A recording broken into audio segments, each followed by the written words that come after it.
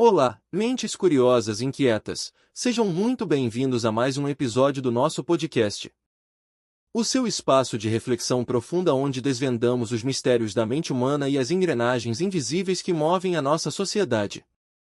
Hoje, eu convido você a fechar os olhos por um instante e imaginar a seguinte cena. Você está no meio de uma praça gigantesca, cercado por milhares, talvez dezenas de milhares de pessoas.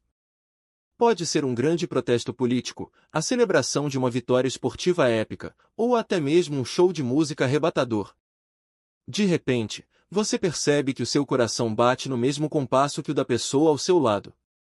Um grito de ordem ecoa, e, antes mesmo que a sua mente racional consiga analisar o significado daquelas palavras, a sua própria voz já está se juntando ao coro ensurdecedor.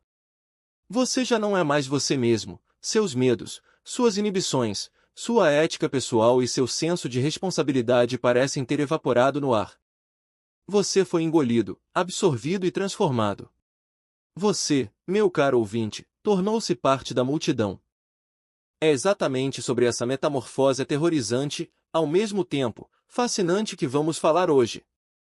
Mergulhando nas páginas de uma das obras mais influentes e perturbadoras já escritas sobre o comportamento humano, A Psicologia das Multidões. Publicado em 1895 pelo médico, sociólogo e psicólogo francês Gustave Le Bon. Para compreendermos a magnitude e a urgência das ideias de Le Bon, precisamos, antes de mais nada, nos transportar para o contexto em que ele vivia.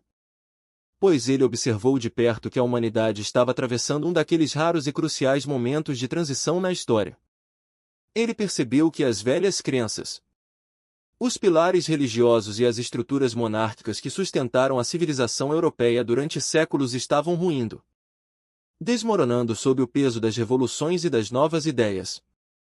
No entanto, o que surgia sobre esses escombros não era a utopia da razão pura e iluminista que muitos filósofos haviam sonhado. O que emergia, com uma força telúrica e incontrolável, era uma nova soberania, a era das multidões. Le Bon nos alerta que, se no passado a voz do povo não tinha valor algum diante da vontade dos reis e dos nobres, na modernidade, o cenário se inverteu drasticamente. As decisões que moldam o destino das nações já não são tomadas nos conselhos fechados dos príncipes, mas sim na alma coletiva das massas. O direito divino dos reis cedeu lugar ao poder avassalador das multidões, e essa nova força, que destrói tronos e impérios, é a única soberania que não é ameaçada por nada, crescendo de forma contínua e implacável. Mas, afinal, o que é exatamente uma multidão sob a ótica da psicologia? Le Bon faz uma distinção brilhante e fundamental logo no início de sua tese. Ele nos explica que um mero ajuntamento casual de pessoas, como 1000 indivíduos caminhando por uma rua sem um propósito comum, não constitui uma multidão psicológica. Para que uma aglomeração humana se transforme nessa entidade viva e pulsante, é necessário que ocorra um fenômeno específico. Algo que ele chama de lei da unidade mental das multidões. Funciona como uma reação química. Pense na química orgânica, onde a combinação de elementos como o sódio e o cloro, por exemplo, não cria apenas uma mistura, mas gera uma substância inteiramente nova, com propriedades completamente diferentes daquelas dos elementos originais. Da mesma forma, quando os indivíduos se fundem em uma multidão psicológica, a sua personalidade consciente, aquela que pensa, que julga e que tem moralidade própria, simplesmente desaparece. Os sentimentos e os pensamentos de todas as pessoas presentes são orientados para uma única e mesma direção. Forma-se ali uma alma coletiva. É uma alma transitória, sem dúvida, mas que apresenta características muito nítidas. O indivíduo deixa de ser ele mesmo e torna-se um autômato, uma criatura cuja vontade própria foi anulada e substituída pela vontade do grupo. Aprofundando-nos um pouco mais na anatomia dessa alma coletiva, Le Bon nos revela algo profundamente inquietante. A multidão é sempre governada pelo inconsciente. A capacidade intelectual dos indivíduos que a compõem simplesmente não importa. Você pode reunir os maiores cientistas, os pensadores mais geniais, os matemáticos mais brilhantes em uma sala para debater um assunto que não seja de sua especialidade técnica. E as decisões tomadas por esse conselho de gênios não serão, em nada, superiores às decisões tomadas por um grupo de pessoas de pouca instrução. Isso ocorre porque o que une a multidão não é a razão, não é o intelecto, mas sim os instintos herdados. As paixões obscuras e os sentimentos primais que residem no fundo do nosso inconsciente. Na alma coletiva, as aptidões intelectuais se anulam. O heterogêneo se dissolve no homogêneo, e as qualidades inconscientes passam a dominar de forma absoluta. E é justamente por isso que Le Bon afirma, com uma clareza cortante, que a multidão é incapaz de realizar atos que exijam uma inteligência elevada. Ela não acumula a inteligência de seus membros, ela acumula apenas a sua mediocridade.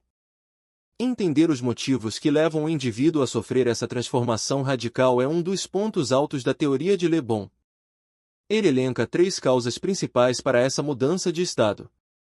A primeira delas é o sentimento de poder invencível que o indivíduo adquire simplesmente pelo fato de estar em grande número.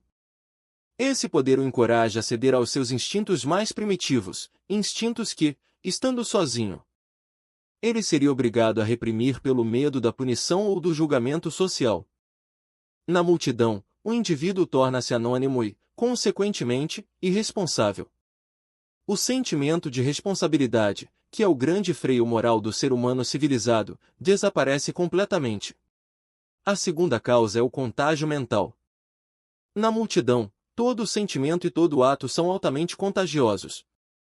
Há um ponto em que o indivíduo sacrifica facilmente o seu interesse pessoal em prol do interesse coletivo.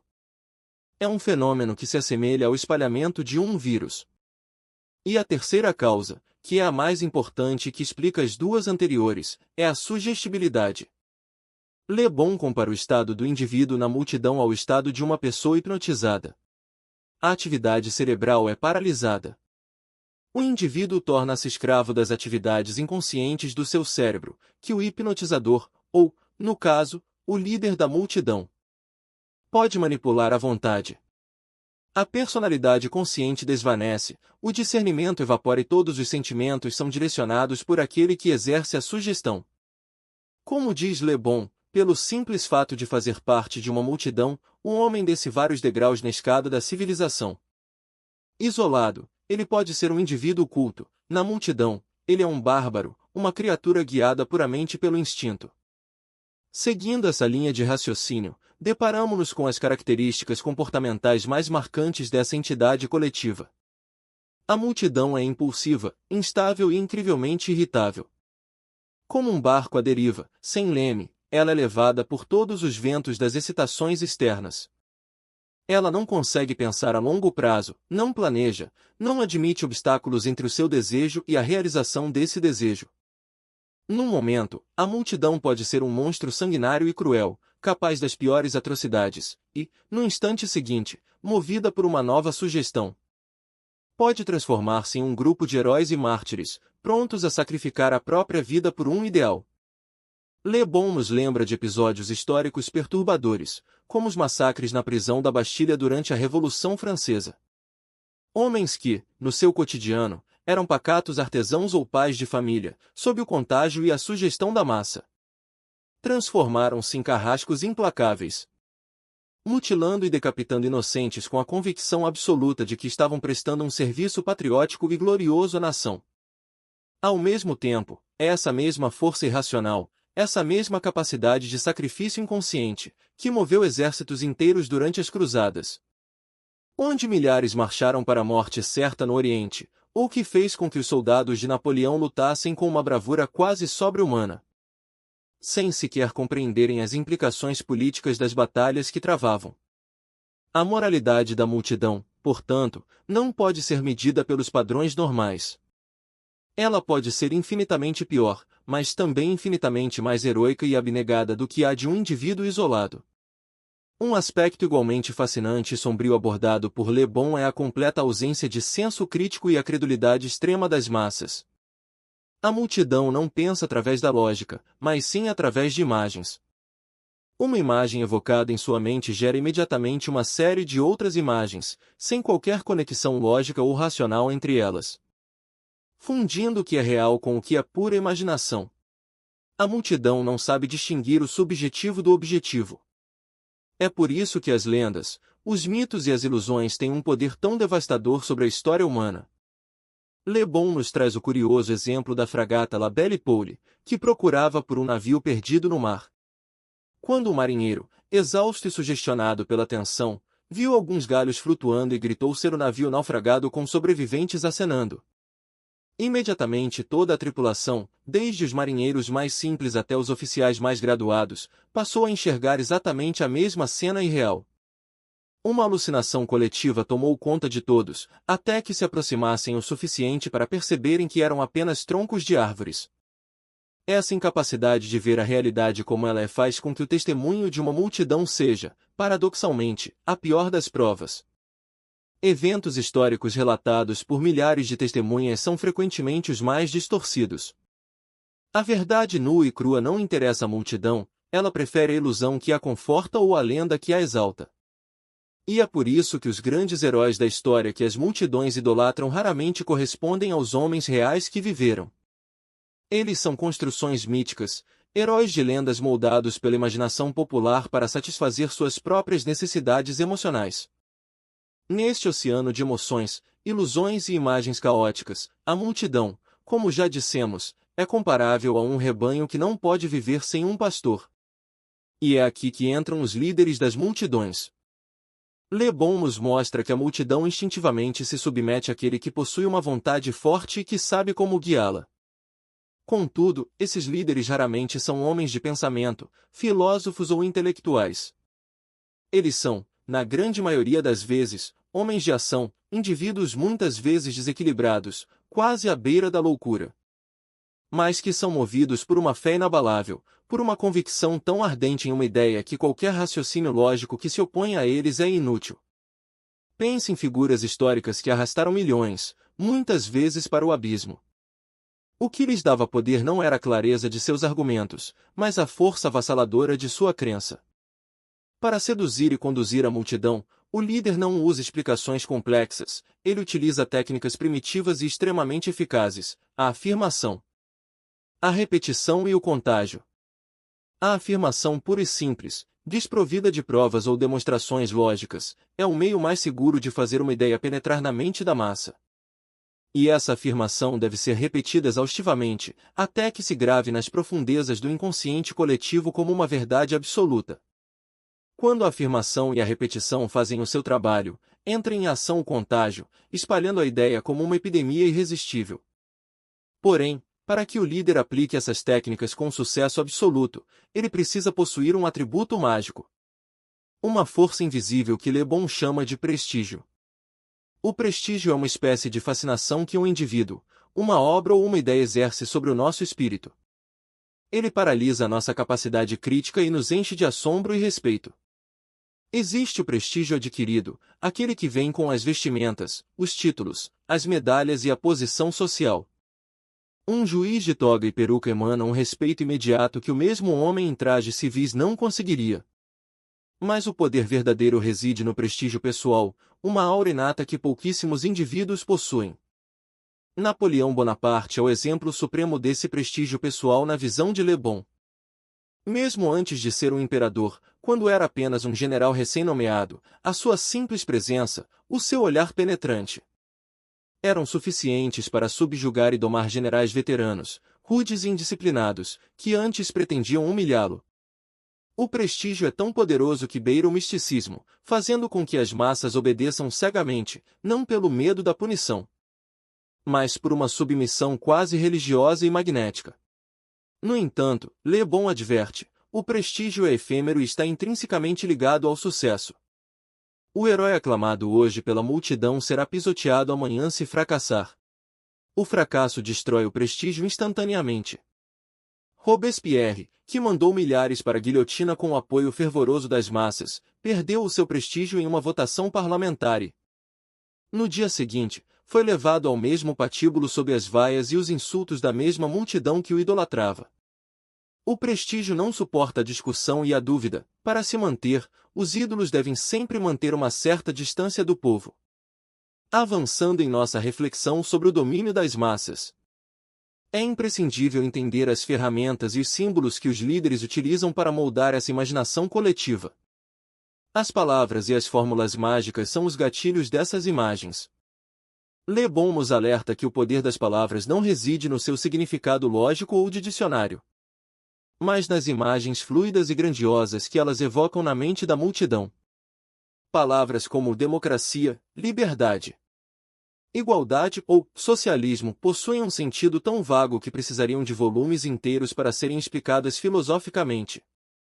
Contudo, quando pronunciadas diante de uma multidão, elas assumem um poder sobrenatural. Elas se tornam receptáculos para todas as aspirações, esperanças e medos inconscientes do povo. Não se combate uma palavra imbuída desse poder mágico com argumentos racionais. O verdadeiro estadista, aquele que compreende a psicologia da multidão, sabe que quando o povo passa a odiar uma instituição ou um sistema, não adianta tentar convencê-los do contrário com lógica, a solução é simplesmente mudar o nome dessa instituição. Se um imposto chamado talha se torna odioso, o governo renomeia para imposto predial. A essência permanece a mesma, mas a nova palavra não evoca as antigas imagens de opressão no cérebro da massa. A arte de governar reside, em grande parte, na arte de manipular as palavras. Esse entendimento profundo sobre a irracionalidade das massas leva Le Bon a uma crítica severa e contundente sobre as instituições, as leis, principalmente, sobre o sistema educacional. Existe, segundo ele, uma ilusão perigosa e amplamente difundida de que as leis e as instituições podem, por si só, transformar a natureza de um povo e curar os males da sociedade. Le Bon argumenta que as instituições são apenas o produto, a roupagem externa da alma de uma raça, e não as suas criadoras.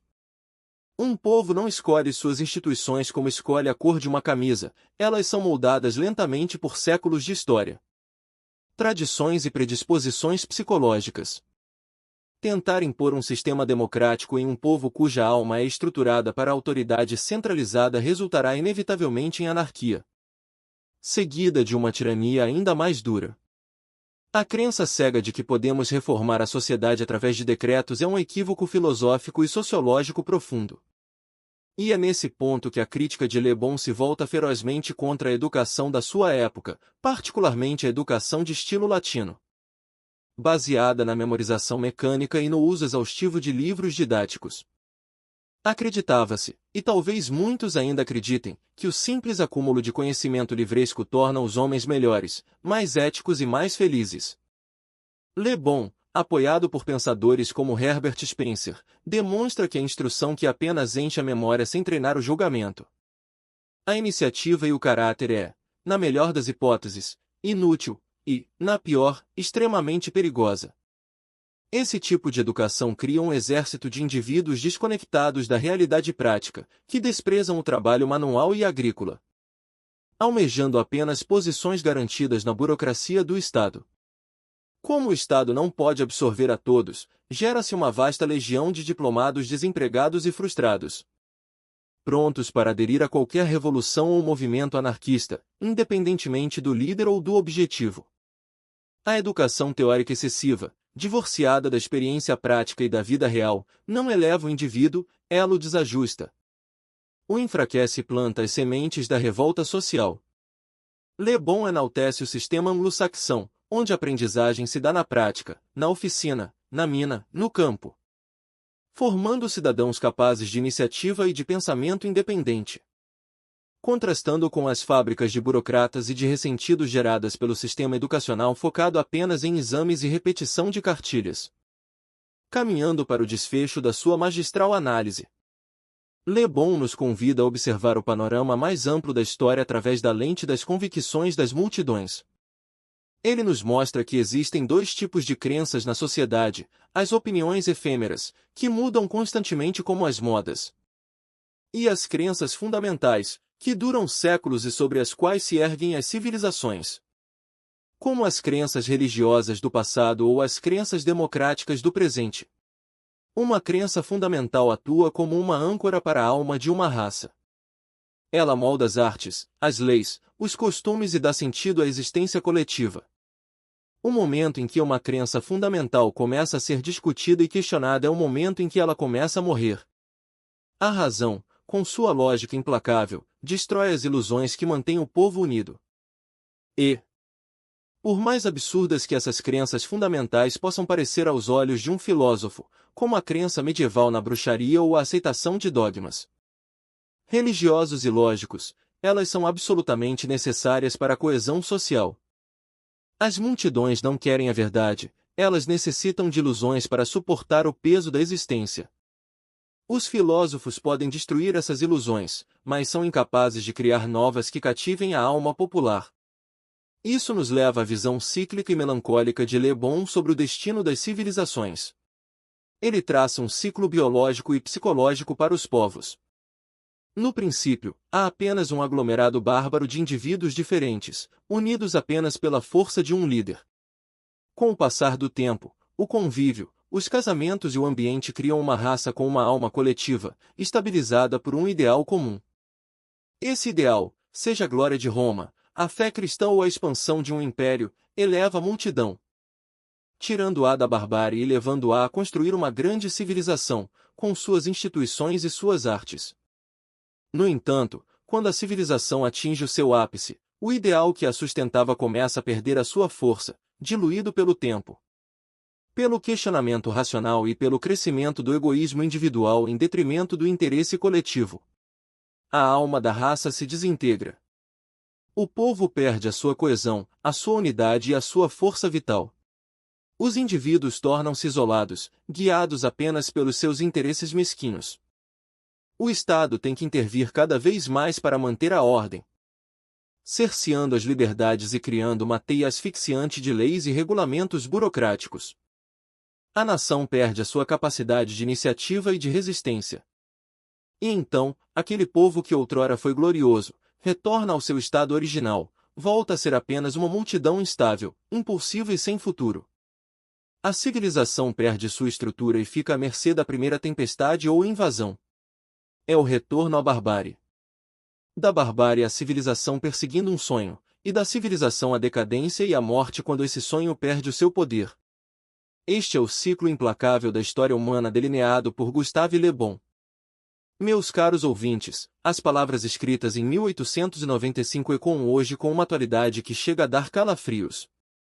Vivemos em uma era hiperconectada, onde as redes sociais e os algoritmos amplificam exponencialmente o contágio mental e a sugestão.